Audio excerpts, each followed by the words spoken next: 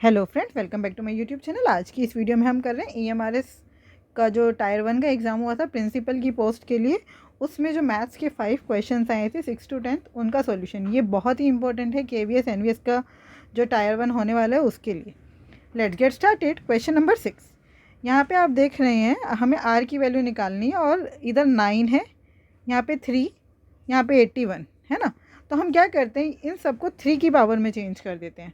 ठीक है, तो ये क्या है, 3 की स्क्वायर की पावर R प्लस 1/4 इंटू में 3 की पावर स्क्वायर रूट का मतलब क्या होता है 1/2।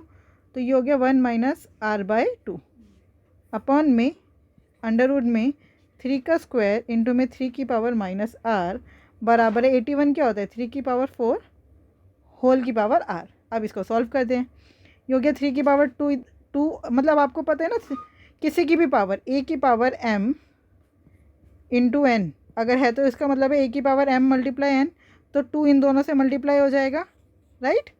तो ये हो गया 2R प्लस 1/2 इंटू में 3 की पावर एलसीएम खोल दो 1/2 माइनस R/2, नीचे हो गया 3 की पावर 2 मल्टीप्लाई में है तो पावर प्लस हो जाएंगे, लेकिन यहाँ पे माइनस है तो 2 minus R square root is equals to 3 की पावर 4R।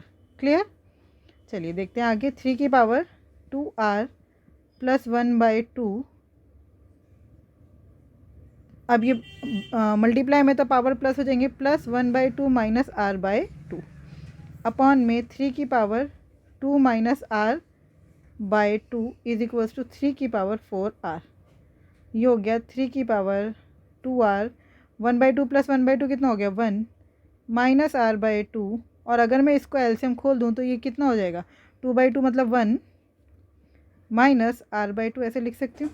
अब ये डिवाइड में है, डिवाइड में पावर क्या होती है माइनस, तो -1 plus R/2। Clear. -1 plus R/2 is equals to 3 की पावर 4R। तो ये R/2 से R/2 कैंसिल, 1 से 1 कैंसिल, ये हो गया 3 की पावर 2R, यहाँ पे R है 2R, R कहीं ना, अच्छा ये पूरे की पावर 1/R भी तो है, देखो पूरे की पावर 1/R भी है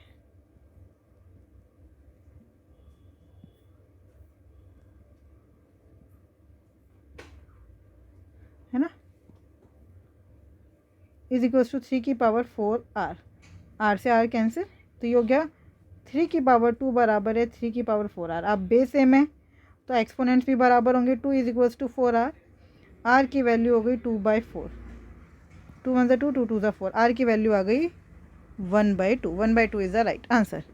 क्वेश्चन नंबर 7 देखिए, हमें ये एक सीरीज़ दी है, उसका हमें क्या निकालना है, सम ऑफ 20 टर्म्स। पहले तो आप इस सीरीज़ को समझो, ये क्या है 1/1, तो इसका फर्स्ट टर्म है A1 बराबर है 1/1, A2 क्या है 1 अपॉन में 1 प्लस 2, A3 क्या है 1 अपॉन में 1 प्लस 2 प्लस 3, यही चल रहा है। A4 क्या है फोर्थ टर्म 1 अपॉन में 1 प्लस 2 प्लस 3 प्लस 4, ऐसे ही चल रहा है ना। इसका मतलब इसकी जो लास्ट टर्म होगी वो क्या होगी, an बराबर है 1 plus 2 plus 3 plus 4 plus n तक। अगर आपको याद हो सम ऑफ n टर्म्स का फॉर्मूला होता है n इंटू में n प्लस 1/2, 2 पर आ जाएगा तो 2/n इंटू में n प्लस 1। अब आपके पास ये जनरल टर्म आ गई, an आ गया, ठीक है। अब ये देखो मैं क्या बताना चाह रही हूँ, an निकालना होता है हमें। अब देखो an आ गया, an बराबर है 2 अपॉन में n इंटू n प्लस 1। अगर अब आपको a1 निकालना है तो वो कितना हो गया 2 अपॉन में n की जगह 1, 1 प्लस 1 2, 2 से 2 कैंसिल हो गया, 1 आ गया। a2 अगर निकालना है तो 2 अपॉन में 2 इंटू में 2 प्लस 1 3, 2 से 2 कैंसिल 1/3। इसका मतलब मेरी जो nth टर्म है वो सही आ रही है, ठीक है। अब आपको निकालना है SN क्या होगा सिग्मा an, है ना। तो an की जगह वैल्यू रख दो, सिग्मा 2 अपॉन में n इंटू में n प्लस 1, राइट। तो 2 जो है इसमें तो फॉर्मूला लगेगा नहीं, 2 को बाहर ले लो, ये है सिग्मा 1 अपॉन में n इंटू में n+1। ठीक है, अगर इसको अब हमें सॉल्व करना है, सॉल्व कैसे करेंगे?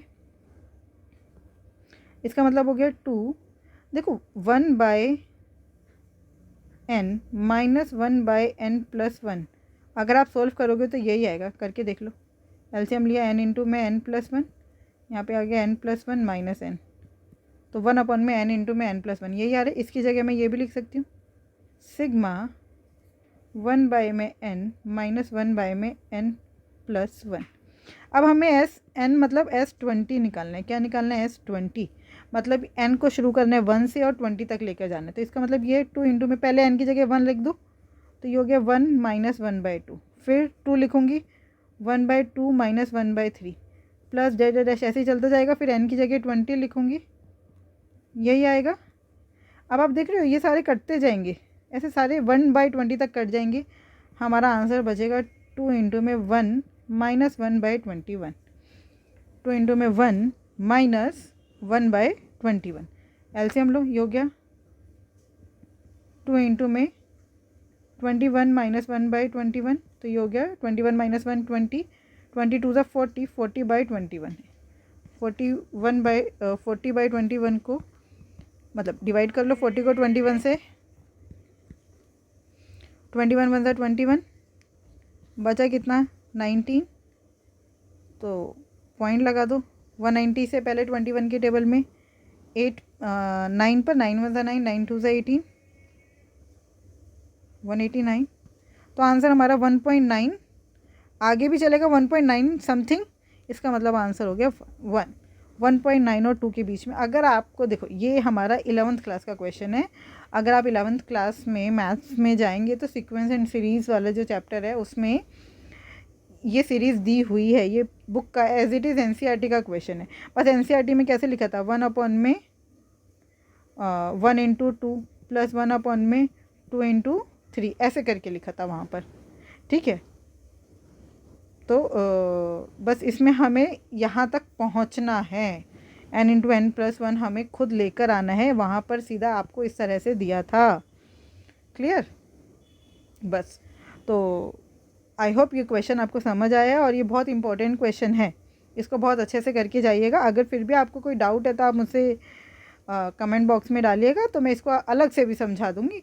लेकिन अगर आप इस क्वेश्चन को 1 से 2 बार ही देखेंगे तो आपको मुझे पूरी उम्मीद है कि आपको ये उतने में ही समझ आ जाएगा। Question number 8, Rekha the expenditure is 125% more than her savings. तो हम मान लेते हैं रेखा की जो सेविंग्स है वो है 100, तो एक्सपेंडिचर कितना हो गया 125% ज़्यादा, तो एक्सपेंडिचर हो गया 100 जमा 100 का 125% 125, मतलब एक्सपेंडिचर हो गया 225। तो इनकम कितनी हुई? इनकम होता है सेविंग प्लस एक्सपेंडिचर 325। इनकम कितनी हुई? Saving plus expenditure 325। अब वो क्या बोल रहे हैं, इनकम में 4% की कमी आई, तो इनकम कितनी रह गई? 4% की कमी आ गई तो 96% रह गई। 25 4 ज़ा 100, 25 1 ज़ा 25, बचा 7, 25 3 ज़ा 75, 4 1 ज़ा 4, 4 2 ज़ा 8, 4 4 ज़ा 16। तो हमारी जो इनकम है वो कितनी हो गई? 13 4 ज़ा 52, 2 यहाँ 5 यहाँ, 13 2 ज़ा 26 और 5 31, 312 इनकम हो गई। एक्सपेंडिचर के लिए क्या बोल रहे हैं? सेविंग डिक्रीज, सेविंग जो है वो 44.5% डिक्रीज़ हो गई। तो 100 का 44.5% कितना हुआ? 44.5। तो न्यू सेविंग है आपकी 100 घटा में 44.5, तो कितना हो गया ये 55.5, राइट। आपकी न्यू सेविंग है 55.5, आपकी इनकम है 312, तो एक्सपेंडिचर कितना हुआ? इन दोनों को घटा दो, 312 घटा में 55.5, पॉइंट लगा के 0, 10 में से 5 गया 5, 11 में से 5 गया 6, 10 में से 5 गया 5, 200, 12 में से 11 में से 5 गया 6, 256.5 आपकी अब एक्सपेंडिचर है। पहले कितना था? 225।